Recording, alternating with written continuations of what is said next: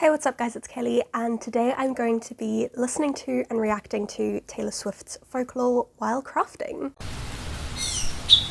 If you find yourself enjoying this video, then please don't forget to give it a thumbs up, it really helps me out, and if you're new here and would like to see more of me, then please subscribe. I have never attempted anything like this, so I don't know how or if it's even gonna work, but I had this idea when she announced the album, and now 2 weeks later I finally have some time to film it, and I'm so excited. I haven't listened to the album yet because I've been waiting to do this. So I've been feeling very left out. I have severe FOMO and I'm very excited to finally be listening to this album. So I've got my laptop set up behind my phone and I'm gonna be listening to this album that I'm so sure is going to be my new favorite Taylor Swift album while I paint some mini glass bottles. Gonna be a good time. So let's start off with The One.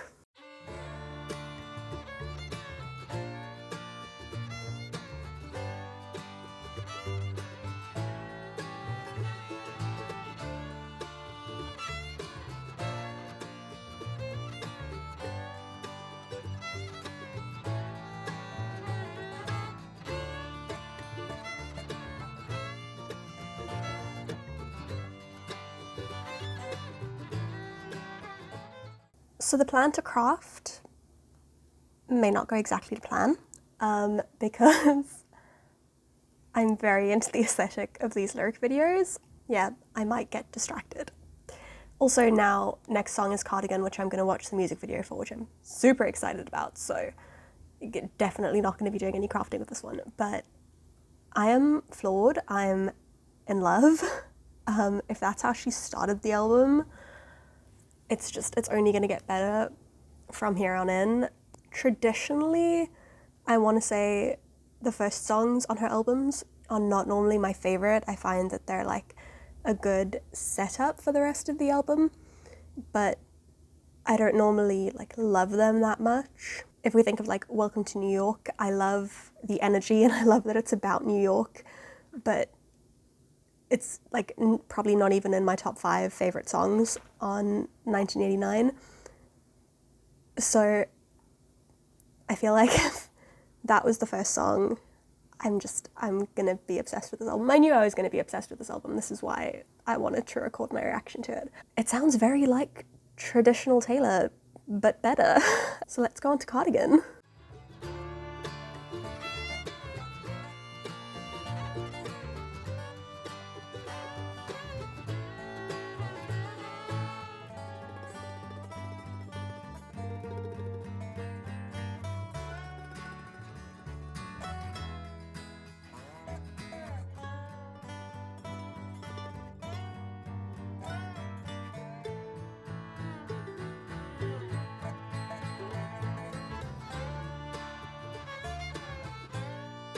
I'm not crying.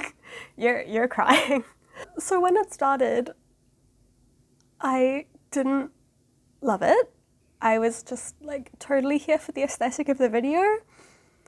But as it carried on, the visuals mixed with the music, I mean, the lyrics are beautiful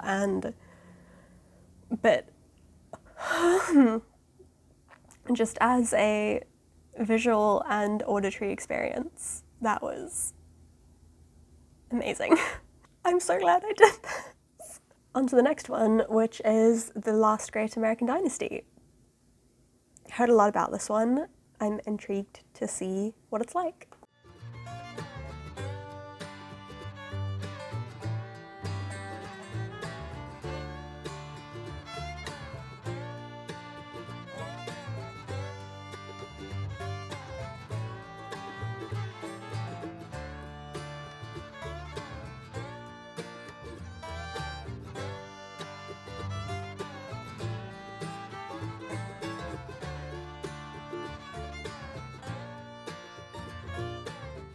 It was fun, I liked it.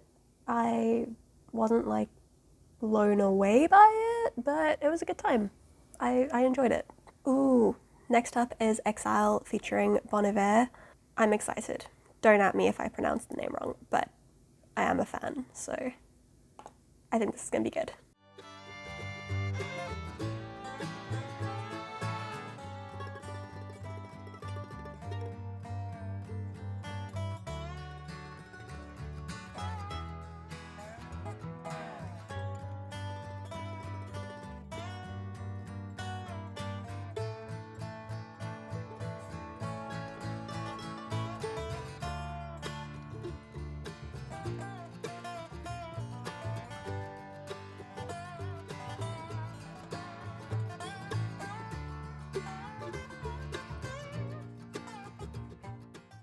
Really liked the lyrics, loved the composition, thought just on an auditory level it was beautiful as a thing to listen to.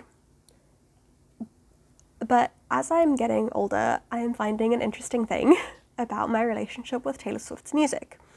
So when I was a teenager and it was all about, you know, sadness and unrequited love, I related to all her sad songs. So 15-year-old me probably would have died for this song. Now that I am in a very happy, healthy relationship and can look back at that time in my life and be like, ooh, I had a crush on some boys that in the grander scheme of things didn't even mean anything. I relate a lot more to her happy songs. So while 15-year-old me would have died for this and been like, the song was written about me, I understand every moment, I understand every line, it doesn't really have that emotional impact on me. It's so funny to me that now my favorite Taylor Swift songs are so different to the ones that I used to play on repeat and on repeat. It's not a bad thing, it's a good thing. I mean, it's a good thing that I relate more to happy music now than to sad music. Or, I mean, I relate more to happy and love music than I do to sad music. So I could easily see this becoming one of my favorite songs on the album from an artistic standpoint. It doesn't emotionally resonate with me as much as it would have a couple of years ago, and you know what? I'm pretty happy that I'm at that point in my life. So next up is My Tears Ricochet.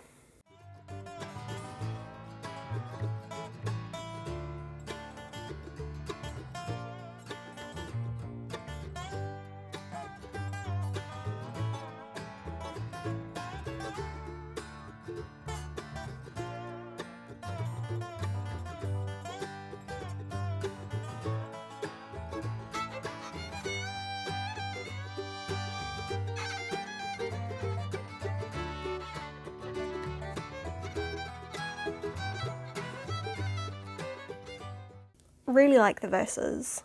I don't have a lot to say about this one. Like every other song so far, I thought it was beautiful, but there wasn't really anything that stood out to me.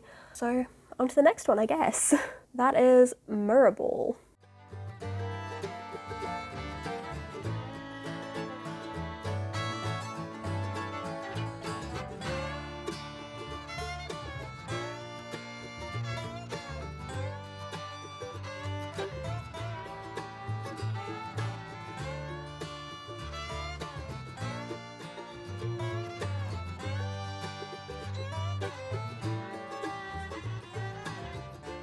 So something in me says that I didn't love it, but I loved the lyrics.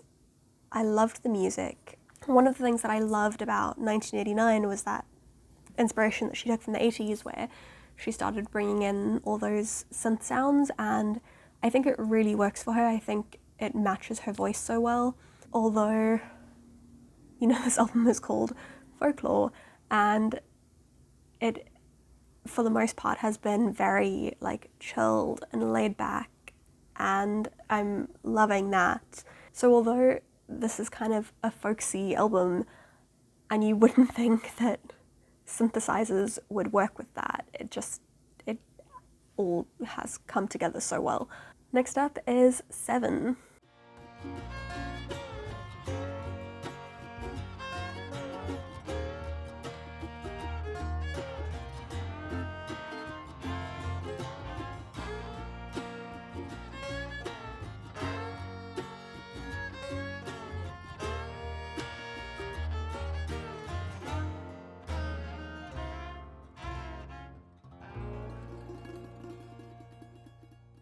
she's so good at storytelling, and she's also so good at, you know, capturing a moment in time. But traditionally my favourite songs of hers have always been the ones that tell a story and that kind of sweep me along on this emotional journey, and that was entirely what I got from Seven. Might be my favourite so far, but it's pretty up there with The One, and then very closely followed by Cardigan. So let's go on to the next song, which is August, and yes, I am ready for this. I'm very excited to hear what the song is all about.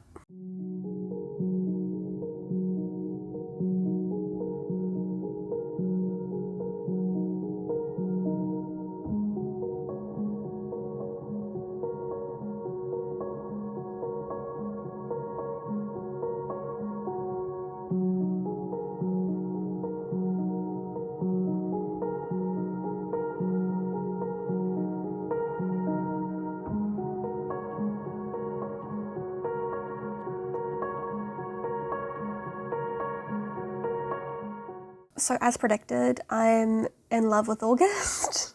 August is those like late summer memories as summer's fading and you're heading into the colder months and you're still trying to make the most of late night sunsets and sundowners and these lovely, beautiful moments that seem to only be able to exist in summer. And it just encapsulates all of that perfectly in a song. And I love it.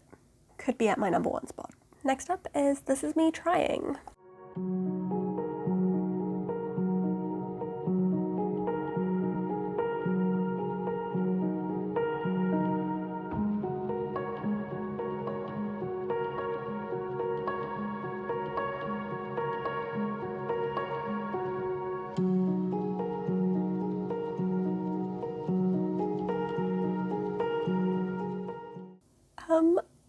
I was definitely not expecting, I wasn't expecting one song on this album to make me cry. Definitely wasn't expecting two. As someone who has felt not good enough at anything her whole life, that one hits hard. Taylor Swift is hitting all of my emotions. Onwards we go. Next is Illicit Affairs.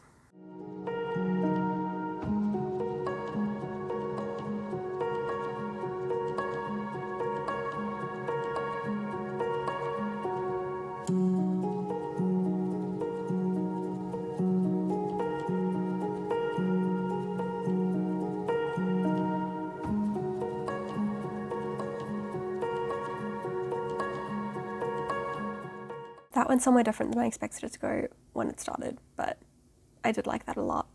I loved the way her voice sounded in it. Loved the lyrics. On to Invisible String.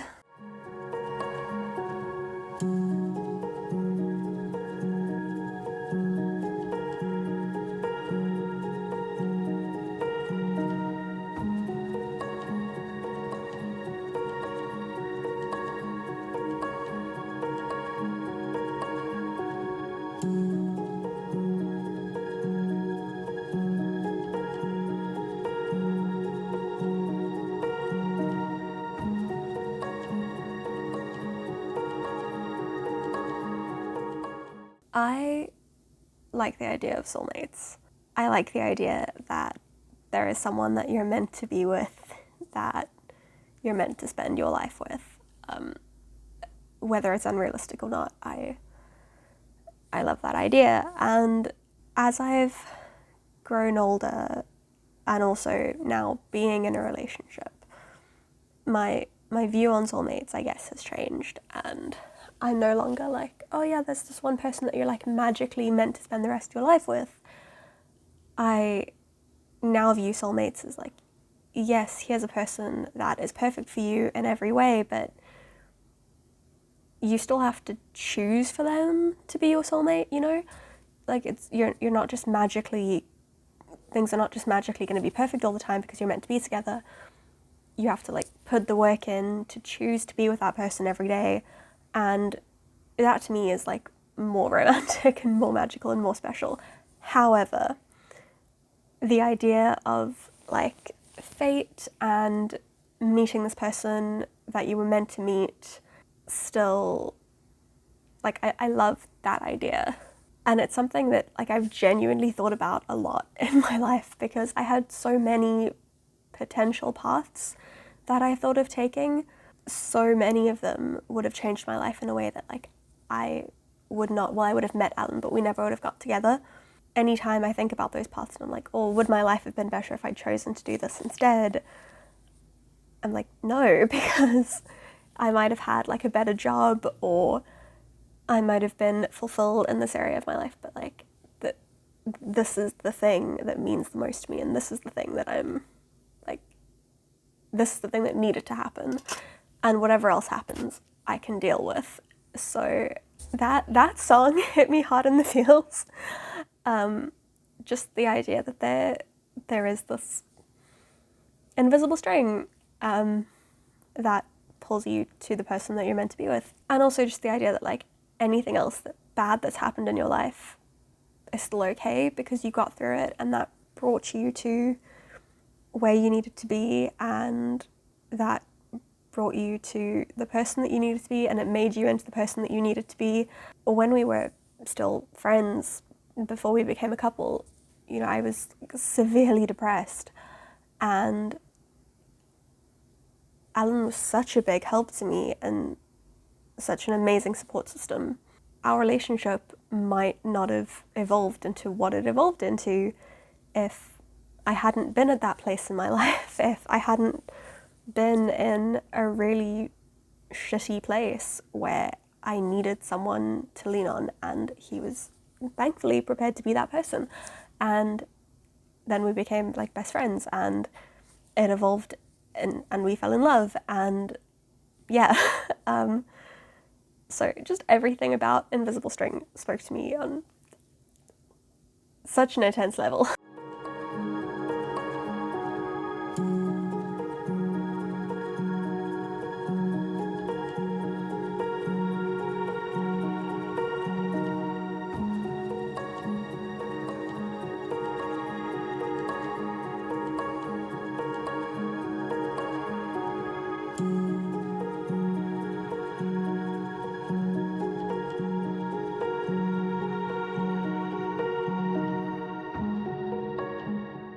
Mad Woman is amazing. I didn't like Taylor Swift for the longest time because the media and the world and society made me hate women, except for a blip of like 8 months where I was ultra hipster and didn't like anything popular and, you know, hated everything that was cool and mainstream. I've always been a fan of her music, but my relationship with her personally has gone way up and down. Like, I've gone through periods of liking her, periods of thinking that she seems like just the worst person who happens to make good music, and now I'm at a point where I'm like, I love Taylor Swift, I think she's great. You know, I think a lot of that came from being told that I should hate women and being told that I should hate a certain kind of woman, and like specifically with her, she's been lambasted so much in the media for like normal things. People just hate successful women, one, and hate things that make young girls happy. So yeah, that one hit me hard because I've definitely been guilty of like hating on women just because they're women and because that's what I thought I was supposed to do.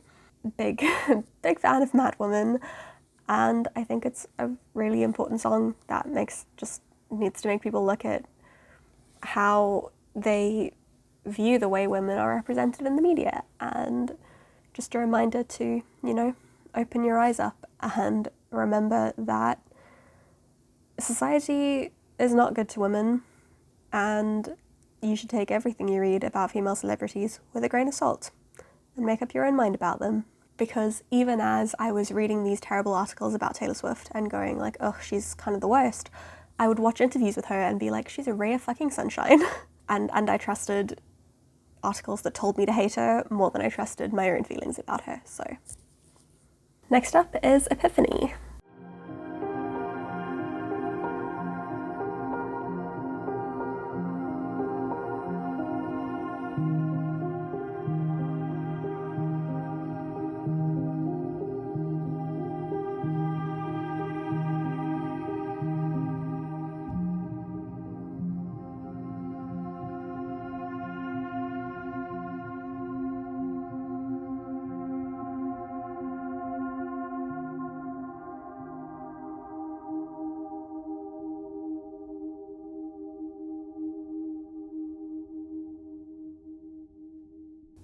Epiphany was very pretty, but I didn't really have much of a response to it. It had a pretty sound, but that was about it for me. It didn't really affect me in any way. There wasn't anything about it that wowed me. Good, but perhaps my least favourite so far. Now we are onto Betty.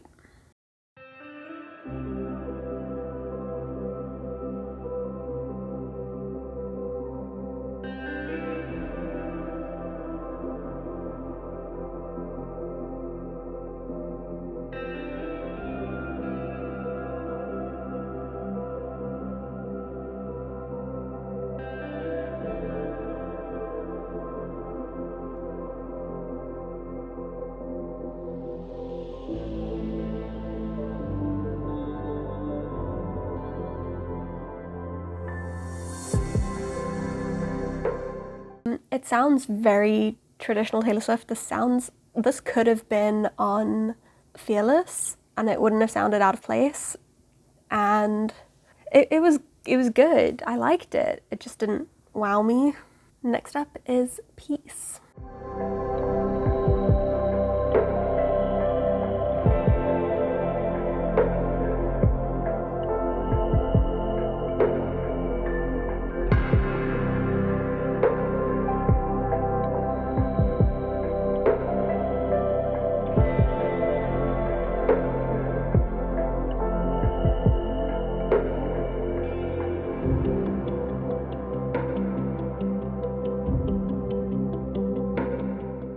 I loved Peace as well. I think it perfectly encapsulates just loving someone so much and knowing that they love you, but still worrying that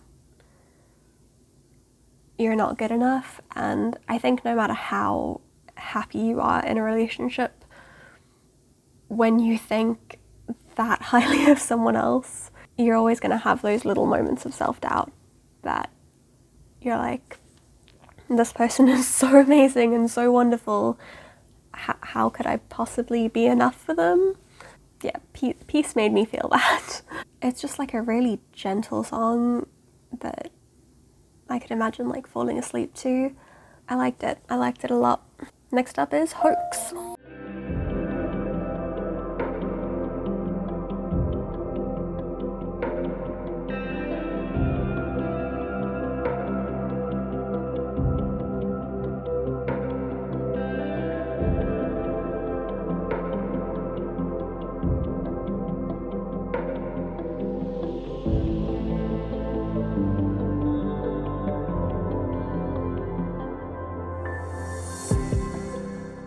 And that was the last song. Also was just like a beautiful listening experience, but didn't really move me. I mentioned at the beginning that the first songs I normally like because I like the way that they kind of set the tone for the album, and they're normally a song that I really like, but it doesn't really like speak to me on any deeper level, and that's kind of been a theme with first songs. And last songs on the album also often are kind of, I like them, and normally on an intellectual level I can appreciate like the emotion there and the depths that the song goes to, but they don't normally have that much of an emotional impact on me. So I can acknowledge them intellectually, but they don't make me feel that much, but they do make me feel very calm, which this one did as well, which I appreciate. Okay, so thoughts on the album as a whole? It's my new favourite Taylor album. I'm so glad that I did this. I'm so glad that I listened to this and that I listened to it as an album. As much as I love streaming culture, and it's amazing that living in South Africa, where I used to have to wait like a month to 3 months to listen to a new album when it came out, it's amazing that I can now, on release day, go on to Spotify or go on YouTube and I can listen to the whole album. And I don't have to spend money on CDs. Like, I love having a physical thing, but I don't have a lot of space, and my CD collection kind of got out of control. I can't keep adding to it. So in so many ways, streaming culture is amazing and I'm so thankful for it. But the thing that I really miss about CD culture is going to the music store, buying a new album, and going home and just sitting on my floor and listening to it, like sitting with the lyric book and just immersing myself in the music. And I think, honestly, the last album I did that with was 1989, because after that, I don't remember buying a new CD at any point after that. I mean, maybe there were like one or two that I bought and then listened to in my car, but the last kind of vivid memory I have of listening to a full album start to finish was 1989, and that is always such a special experience. Like, hearing a new album for the first time is so great, and I think I've disconnected with that part of myself that used to have such a deep appreciation for art in all forms.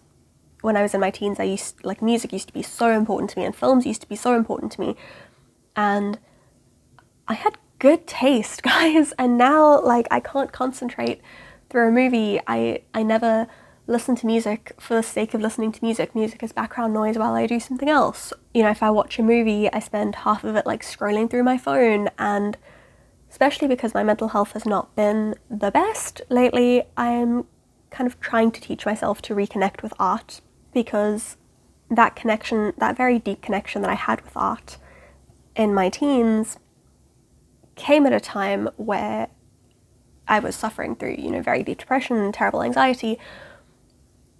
But art helped me deal, and it helped me heal. And I miss that. I miss having that relationship with art in all of the forms that I appreciate art in.